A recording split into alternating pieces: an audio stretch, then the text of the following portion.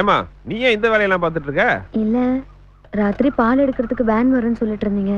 நீங்க 4 மணிக்கு எந்திரிப்பீங்கன்னு பார்த்தேன், எந்திரிக்கல. அதான் நானே பால் எல்லாம் கறந்து. அப்படியா? நல்ல வேலை தான் செஞ்சிருக்க.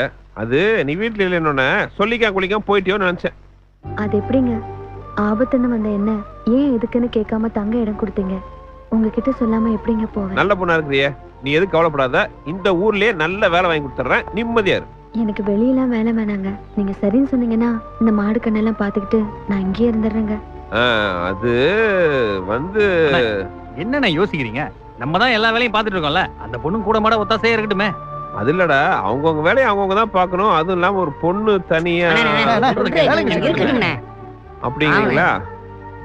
என் தம்பிக்கு சொல்லி நான் எதையும் மீறினது இல்ல, அவங்களே சொல்லிட்டாங்க. சரி அப்படியே இருந்து மாடுக்கு நல்லா பார்த்துட்டு இரு.